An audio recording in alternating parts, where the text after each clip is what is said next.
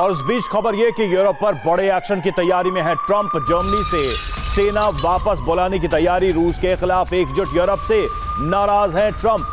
The telegraph की report में यह दावा किया गया है।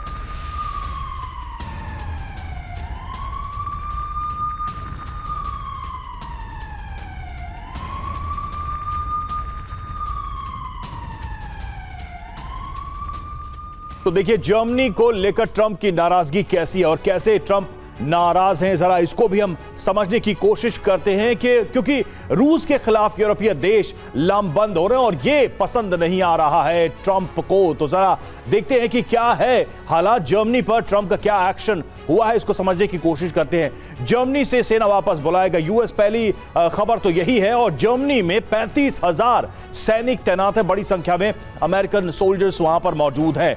यूरोप रूस के तनाव से ट्रंप नाराज हैं।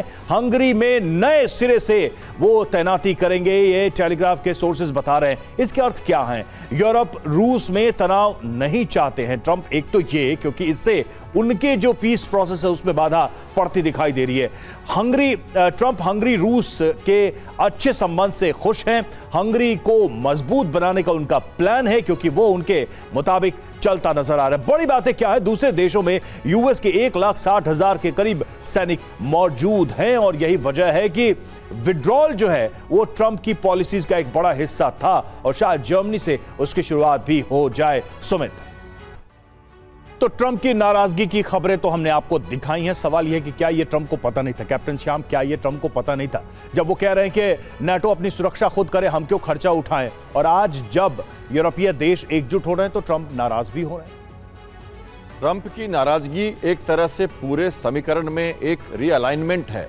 मैं पूरी समीकरण को एक नए आयाम में देख रहा हूं। जब से ट्रंप आए हैं तब से नई बातें हो रही हैं और ये मैं एक तरह से कहूं तो 2022 का जो पहला 6 महीने का जो युद्ध था, जब रशिया ने ऑफेंसिव पोस्चरिंग करके 6,000 किलोमीटर नॉर्थ ईस्ट से भी और 4 किलोमीटर की आपने कॉन्वॉय देखी थी, आपके स्टूडियो से हम लगातार कहते थे उस समय। और उस समय एक वर्ड यूज किया था मैंने, स्कॉर्च अर्थ।